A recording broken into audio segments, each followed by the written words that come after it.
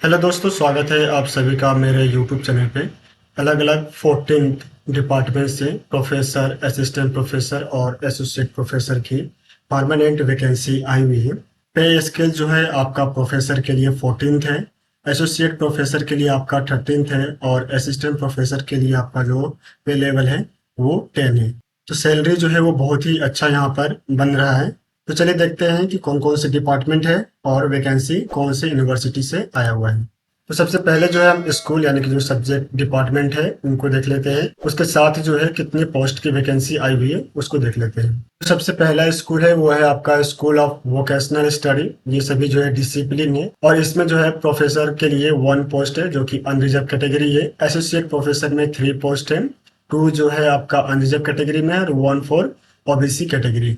इसके बाद आपका असिस्टेंट प्रोफेसर में 3 पोस्ट आया हुआ है जो कि 1 जो है एससी के लिए, 1 एसटी के लिए है और 1 जो है आपका अनरिजर्व कैटेगरी के लिए है। इसके बाद जो नेक्स्ट स्कूल है वो है आपका school of business, public policy and social entrepreneurship. और यहाँ पे जो है आपका डिसिप्लिन में मैनेजमेंट है। प्रोफेसर के लिए आपका 1 पोस्ट है, एसोसिएट प्रोफेसर के लिए 3 पोस्ट है और असिस्टेंट प्रोफेसर के लिए आपका यहाँ पर 4 पोस्ट है।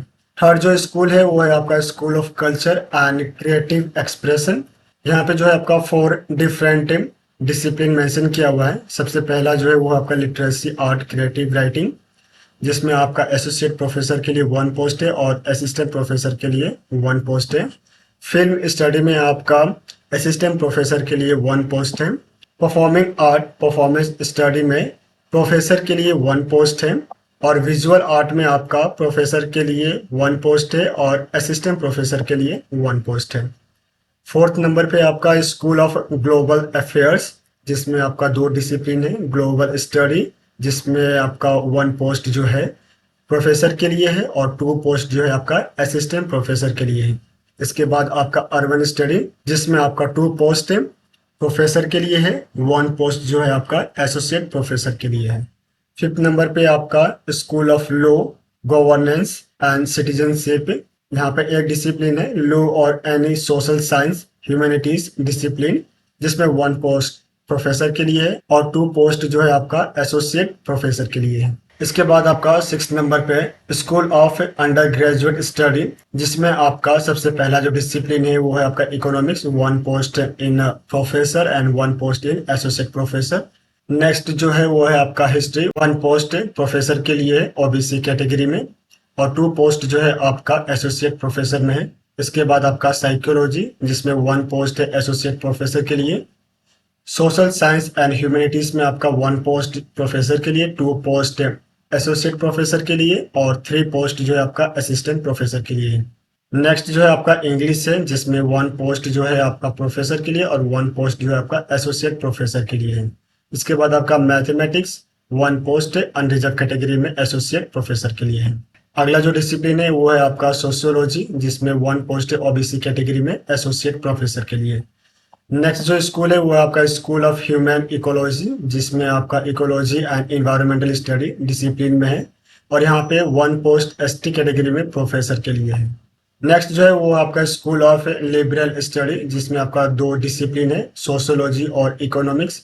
दोनों में जो है आपका अनरिजर्व कैटेगरी में एसोसिएट प्रोफेसर के लिए 1 पोस्ट आया हुआ है और इकोनॉमिक्स में आपका 2 पोस्ट है असिस्टेंट प्रोफेसर के लिए। इसके बाद जो है school of education study discipline में एजुकेशन, 2 पोस्ट आपका प्रोफेसर के लिए आया हुआ है और 1 पोस्ट जो है आपका असिस्टेंट प्रोफेसर के लिए आया हुआ है। इसके बाद नेक्स्ट जो स्कूल है वो है आपका school of education study assistant professor in liberal discipline and pedagogy.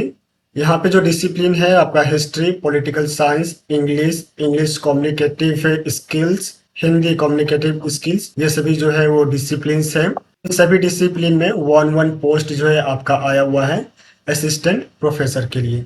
Next जो स्कूल है वो है आपका स्कूल ऑफ ह्यूमन स्टडी, जिसमें आपका फर्स्ट जो डिसिप्लिन है यानी कि जो फर्स्ट सब्जेक्ट है वो साइकोलॉजी है और 1 पोस्ट है एसोसिएट प्रोफेसर के लिए अनरिजर्व कैटेगरी में।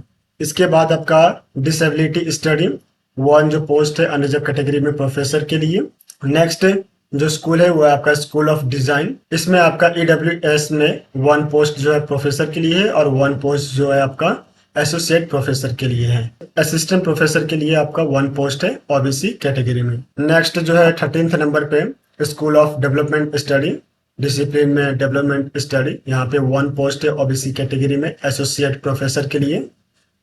लास्ट जो है वो है आपका school of letter, English discipline, और यहाँ पे 1 पोस्ट है आपका अनरिजर्व कैटेगरी में प्रोफेसर के लिए और 1 पोस्ट अनरिजर्व कैटेगरी में असिस्टेंट प्रोफेसर के लिए। जो टोटल पोस्ट है आपका आया हुआ है 18th पोस्ट है आपका प्रोफेसर के लिए, 24 पोस्ट है एसोसिएट प्रोफेसर के लिए और 25 पोस्ट है आपका असिस्टेंट प्रोफेसर के लिए।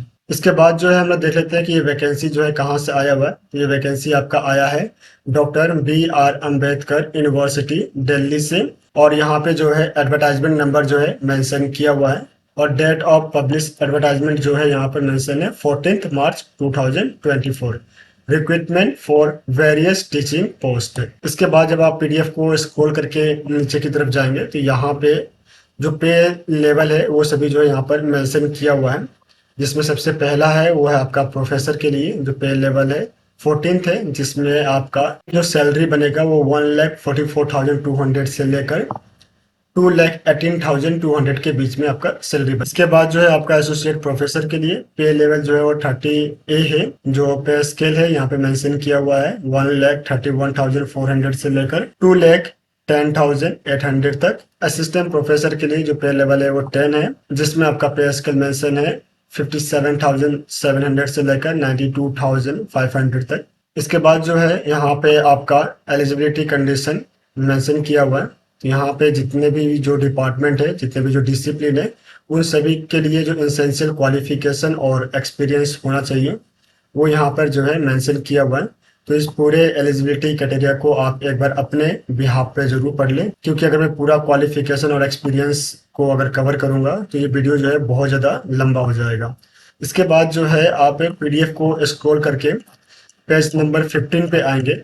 जब आप पेज नंबर 15 पे आएंगे तो यहाँ पे जो है अदर इंस्ट्रक्शन जो है मेंशन किया हुआ है, जिसमें आपको यहाँ सबसे जो पहला पॉइंट मेंशन किया हुआ है वो है आपको जो है एप्लीकेशन फॉर्म को ऑनलाइन सबसे पहले फिल करना है, और ये मैंडेटरी है। आपको सबसे पहले जो है अपना ऑनलाइन एप्लीकेशन जो है फिल करना है। फिल करने के बाद जो है आपको पेमेंट जो है ऑनलाइन ही सबमिट करना है, या तो credit card, debit card, net banking या जो है गेटवे, किसी भी माध्यम से आप अपना एप्लीकेशन फी जो है वो सबमिट कर सकते हैं।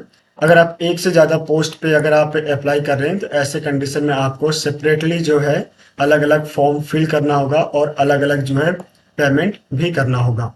3rd नंबर पे यहाँ पे मेंशन किया हुआ है एप्लीकेशन को ऑनलाइन फिल करने के बाद में और पेमेंट सक्सेसफुली कंप्लीट करने के बाद में आपको जो ऑनलाइन एप्लीकेशन है उसको आपको प्रिंट आउट करना है। प्रिंट आउट करने के बाद में हार्ड कॉपी जो होगा एप्लीकेशन का, उसके साथ जो है आपको अपने जितने भी जो रेलेवेंट डॉक्यूमेंट्स है, जितने भी जो क्वालिफिकेशंस है और जो एक्सपीरियंस है, उन सभी को सेल्फ अटैच करके उसको आपको बाय पोस्ट या रजिस्टर पोस्ट जो है आपको सेंड करना है। आपको सेंड करना है, यहाँ पे जो एड्रेस मेंशन किया हुआ है इस एड्रेस पे आपको जो है अपना एप्लीकेशन सेंड करना है। इसके बाद जो है यहाँ पे इम्पोर्टेंट जो डेट है वो मेंशन किया हुआ है। सबसे पहला जो है आपका ऑनलाइन एप्लीकेशन का जो डेट है वो स्टार्ट हो चुका है ऑलरेडी 15 मार्च 2024 से, और जो लास्ट डेट रहेगा ऑनलाइन अप्लाई करने का वो है आपका 8 अप्रैल 2024, और लास्ट डेट जो है receiving of hard copy of application वो है आपका 12 अप्रैल 2024। उसके बाद जो है यहाँ पे नोट देके मेंशन किया हुआ है, जब आप एप्लीकेशन को पोस्ट करेंगे तो उसके जो एनवलप होंगे, एनवलप के ऊपर में आप किस पोस्ट के लिए अप्लाई कर रहे हैं और कौन सा डिसिप्लिन यानी कि सब्जेक्ट है वो एनवलप के टॉप पर लिखा हुआ होना चाहिए। इसके बाद जो है जब स्क्रॉल करके आप नीचे 4th नंबर पे आएंगे तो यहाँ पे जो है एप्लीकेशन फी का जो है डिटेल दिया हुआ है। यहाँ पे मेंशन किया हुआ है अगर आप अनरिजर्व कैटेगरी, ओबीसी कैटेगरी या EWS कैटेगरी से बिलोंग करते हैं तो आपको 1000 रुपीज जो है एप्लीकेशन फी पेमेंट करना है। अगर आप ST, SC या PWD कैटेगरी से बिलोंग करते हैं या आप वीमेन कैंडिडेट हैं तो ऐसे कंडीशन में आपसे जो है फी चार्ज नहीं किया जाएगा। बाकी जितने भी जो इंस्ट्रक्शंस है उसको आप अपने बिहाफ पे एक बार जरूर स्टडी कर लें बिफोर अप्लाई। वेबसाइट और एडवर्टाइजमेंट का जो PDF है उसका जो लिंक है मैं आपको डिस्क्रिप्शन में दे दूंगा, तो वहां से आप डायरेक्टली वेबसाइट पे विजिट करके PDF को जो है आप डाउनलोड कर पाएंगे। बिफोर अप्लाई आप जितने भी जो टर्म एंड कंडीशंस है, जितने भी जो इंस्ट्रक्शंस है, इसको एक बार अपने बिहाफ पे जरूर स्टडी करें। आप सभी को ऑल द बेस्ट। मिलते हैं नेक्स्ट वीडियो में। धन्यवाद।